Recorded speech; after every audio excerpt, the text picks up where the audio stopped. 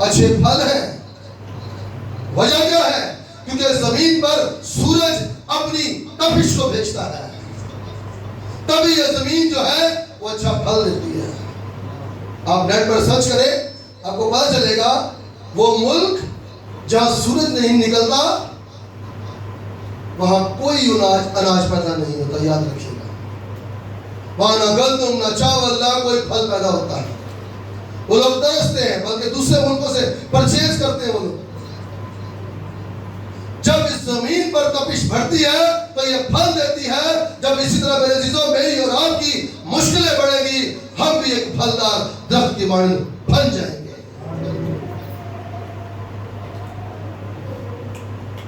اپنی مصیبتوں میں ایسی آواز مت نکالو، بھائی ساری مصیبتیں میرے لیے، ساری پریشانی میرے لیے. کبھی ایسی آواز مت نکالے. میں آج صبح سے اس بات پر غور کر رہا ہوں، خداوند نے یہ گلہ کیا کہ امت ہونٹوں سے تو میری تعظیم کرتی ہے مگر ان کے دل مجھ سے. میں اس بات پر آج غور کر رہا تھا کہ دل کیوں دور، کیوں یہ بات خداوند نے کہی. مطلب جہاں سخت خدمت کروانی ہوتی ہے مجھے ان سے، یا تھوڑی سی پر سختی آتی ہے، وہاں یہ مجھ سے بھاگنا شروع کر دیتے ہیں.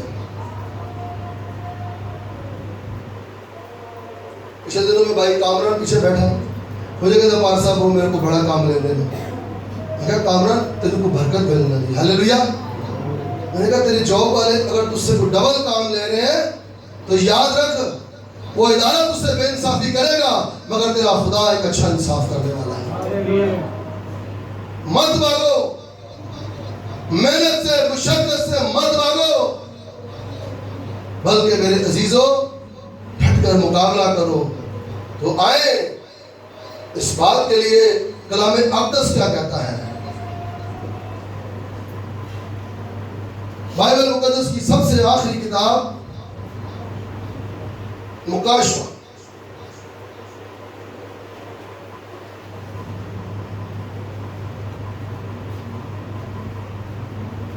دوسرا باب اور اس کی 10ویں آیت. بڑے غور سے سنیے گا، یہ مسیح یسوع کے زبان مبارکہ سے نکلے ہوئے الفاظ ہیں جو یوحنا عارف روح میں عالم بالا پر گیا اور وہاں پر خداوند یسوع مسیح نے دیے اور کہا لکھ،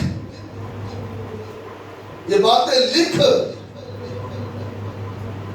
اور خدا کے بندہ یوحنا عارف جو مسیح یسوع کے تمام شاگردوں میں سے سب سے چھوٹا تھا اور یہ پیتمس کے جزیرے میں اس وقت بڑی اذیت میں تھا، بڑی تکلیف میں تھا، جسے کالے پانی کی بھی سزا کہتے ہیں. وہاں کوئی چھاؤں نہیں تھی اس علاقے کے اندر، بلکہ دھوپ ہی دھوپ ہوتی تھی اور ان سے سخت محنت کروائی جاتی تھی.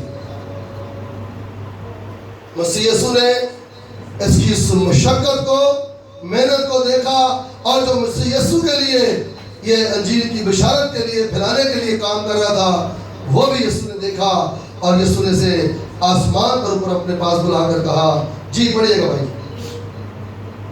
کلام مقدس میں سے مکاشفہ کی کتاب دوسرا باب اور 10ویں آیت.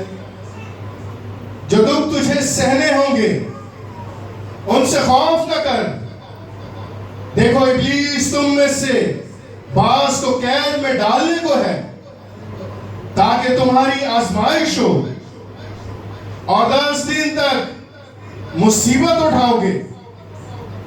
جان دینے تک بھی وفادار رہے تو میں تجھے زندگی کا تاج دوں گا. آمین. خدا ان کے پاک کلام کے پڑھ جائے، خدا کی برکت ہو. سنا آپ نے مسیح یسوع کیا کہہ رہا ہے؟ تجھے اپنے ادارے میں اگر اچھی وردی پانی ہے، جو دکھ تجھے آ رہے ہیں تو برداشت کر. جاؤ کہیں تو روزگار کے لیے جاتا ہے، وہاں تجھے دکھوں کا تکلیفوں کا سامنا آ رہا ہے، تو برداشت کر.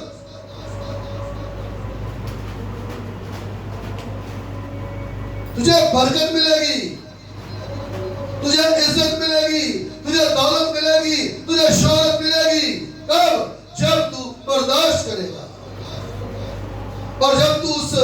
ادارے سے بھاگے گا، ڈرے گا، چھپے گا کام کرنے سے؟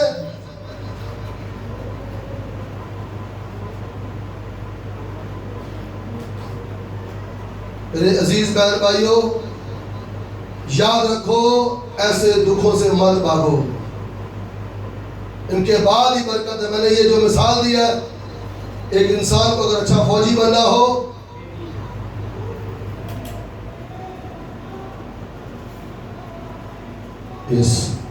ایک انسان کو اگر اچھا فوجی بننا ہو، ایک انسان کو اگر اولاد جیسی برکت چاہیے ہو، تو کوئی بھی چیز ہے اس روئے زمین پر تکلیفوں اور دکھوں سے ملتی ہے۔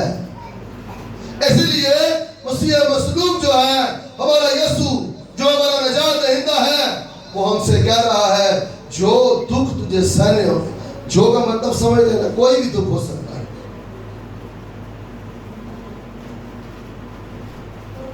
جو دکھ تجھے سہنے ہوں گے تو ان سے خوف نہ کر، بلکہ محنت جافشانی کر۔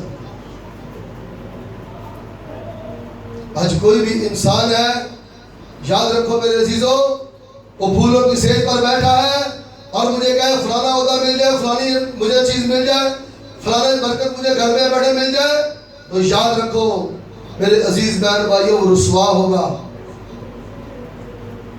وہ رسوا ہوگا، وہ پریشانیاں اٹھائے گا، مگر جب محنت کر کے پائے گا، اپنے ادارے کا تابعدار رہ کر پائے گا، تو یاد رکھو ادارہ بھی اس پر فخر کرے گا، ادارہ بھی اسے سلوٹ کرے گا۔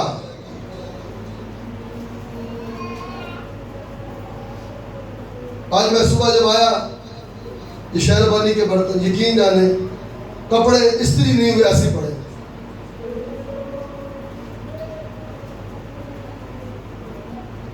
اپنے ادارے کے ساتھ وفادار رہیں، تابعدار ہو۔ برکت کسی خادم نے نہیں، برکت آپ کے باس نے نہیں، برکت دینے والا ایک ہی ہے، اور وہ خدا کا بیٹا یسوع مسیح ہے، وہ آپ کو برکت دے گا۔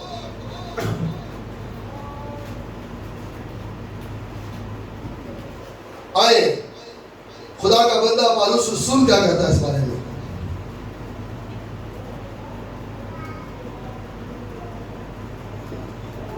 ہیلیلویا۔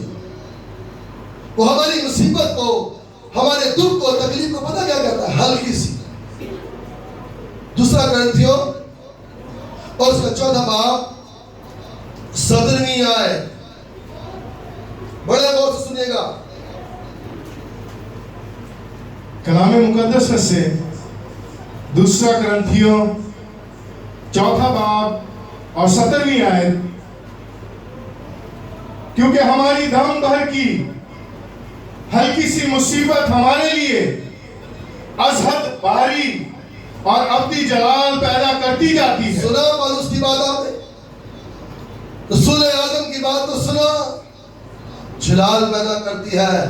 جب آپ پر کوئی مصیبت تکلیف چل رہی ہوتی ہے اور اپنے آپ خدا یسوع مسیح کو نہیں چھوڑتے اور اس کی عبادت گاہ کو نہیں چھوڑتے اور اپنے اس دکھ کے پروسیجر میں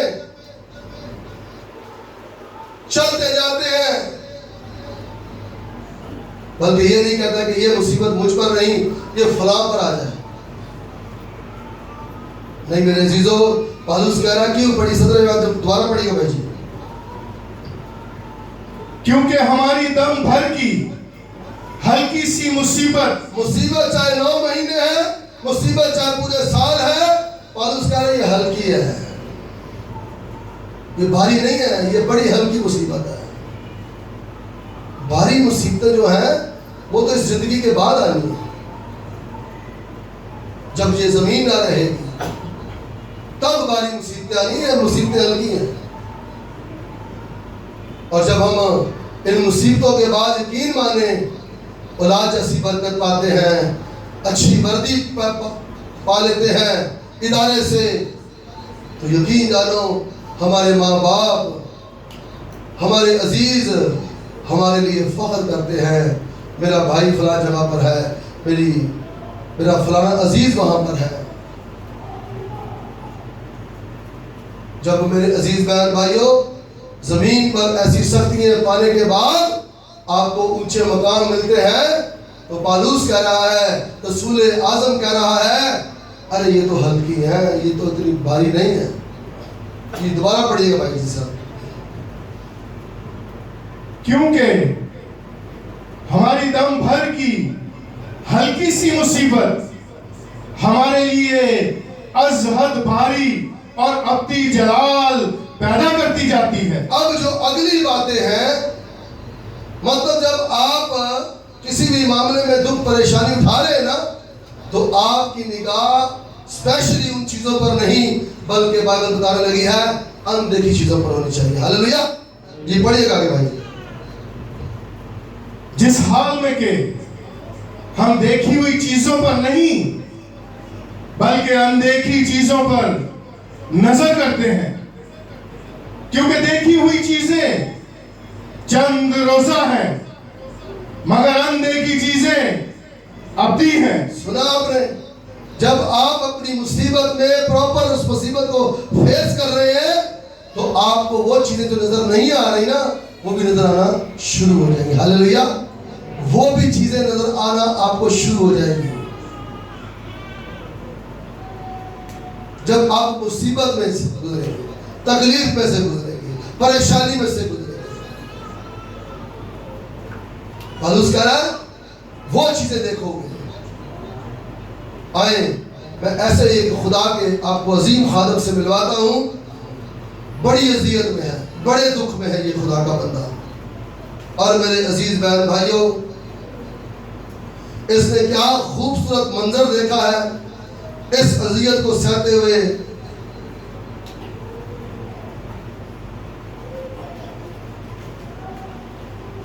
اعمال 7واں باب اور اس کی آیت نمبر ہے 54. بڑے غور سے سنیے گا. یہ شخص بڑی مصیبت اور اذیت کا سامنا کر رہا ہے. جی کلام مقدس میں سے اعمال کی کتاب 7واں باب اور 54 آیت. جب انہوں نے یہ باتیں سنی تو جی میں جل گئے اور اس پر دان پیسنے لگے، مگر اس نے روح القدس سے مامور ہو کر آسمان کی طرف غور سے نظر کی اور خدا کا جلال اور یسوع کو خدا کی دائنی طرف کھڑا دیکھ کر کہا کہ دیکھو میں آسمان کو کھلا اور ابن آدم کو خدا کی دائنی طرف کھڑا دیکھتا ہوں. یہ کب اسٹیفنس نے دیکھا ہے؟ اس وقت جب اسٹیفنس کے میرے عزیزوں پتھروں کا سامنا کرنا پڑ رہا ہے. وہاں تمام لوگ اسے سنسار کر رہے ہیں، اسے پتھر مار رہے ہیں، اور وہ یقین جانے وہ اسے پتھروں کی کوئی درد نہیں ہو رہی کیونکہ خدا نے اسے اندیکھی چیزیں دکھا رہا ہے. ہاللیلویا. جو اسٹیفنس نے اپنی خدمت میں شاید پہلے نہیں دیکھی، اب خدا اسے اس مصیبت کو برداشت کرنے والا شخص کیا کچھ دیکھ رہا ہے. آج بتانا یہ چاہتا ہوں میرے عزیزوں، کسی قسم کی بھی تکلیف مصیبت اگر آپ کی زندگی میں چل رہی ہے تو آپ اسے مت بھاگیں، مت ڈریں، مت گھبرائیں.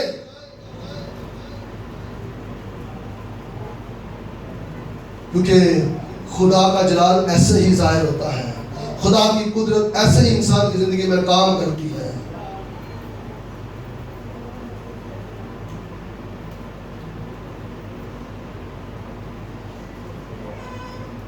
خدا کے کلام میں لکھا کہا کہ دیکھو میں آسمان کو کھلا اور ابن آدم کو خدا کی دائنی طرف کھڑا.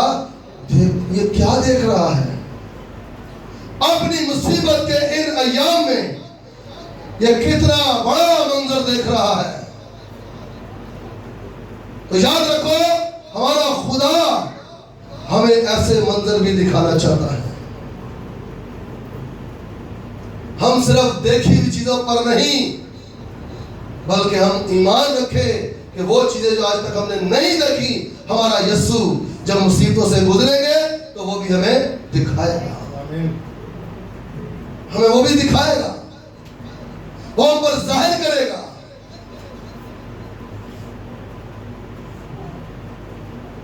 مگر میرے عزیزوں، اپنے جن جن کاموں میں ہیں، جہاں جہاں بھی آپ روزگار کے لیے جاتے ہیں، کسی قسم کی بھی سختی ہے، مصیبت ہے، دکھ ہے، آپ اسے مت بھاگیں، مت ڈریں، بلکہ دلیری سے اس کا مقابلہ کریں۔ اب کوئی شخص، دنیا میں رہنے والا کوئی انسان خدا سے شکوہ بھی نہیں کر سکتا کہ خداوند تو زمین پر آ کر دیکھ کہ ہم کتنی اذیت میں ہیں، کیونکہ میرے عزیزوں خدا نے اس بدن کو لیا، ہاللیلویا، اور اس بدن پر آ کر کوڑے برسائے گئے، اس نے اس بدن پر کوڑے کھائے، صلیبی دکھ سا، تکلیفیں سہی، اور پھر صلیب پر جب لٹکا ہوا ہے اپنے صلیب کے پاس کھڑے ہو کر تانے مار رہے، اگر تو خدا کا مسیح ہے تو نیچے اتر آ، ہم تجھ پر کیا لے آئیں گے؟ ایمان لے آئیں گے۔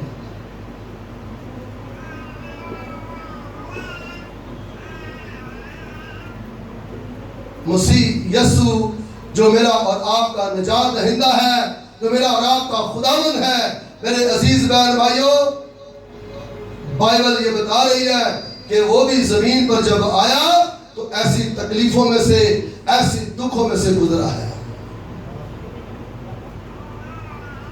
کلام مقدس میں لکھا ہے جب مسیح یسوع نے ہیکل میں کھڑے ہو کر پہلا واعظ کیا تھا، پہلے ہی اس کو دھکے دینا شروع کر دیا، لوگوں نے ہیکل سے اسے باہر نکال دیا۔ وہاں خدا کے کلام میں لکھا ہے اسے پہاڑی سے نیچے پھینک دینا چاہتے تھے، گرا دینا چاہتے تھے، مگر یسوع وہاں سے بچ کر کیا ہو گیا؟ نکل گیا۔ آپ میرے عزیز بہن بھائیوں اس بات کو یاد رکھیں کہ جسے ہم اپنا نجات دہندہ کہتے ہیں، جسے اپنا خداوند کہتے ہیں، جسے اپنا مسیحا کہتے ہیں،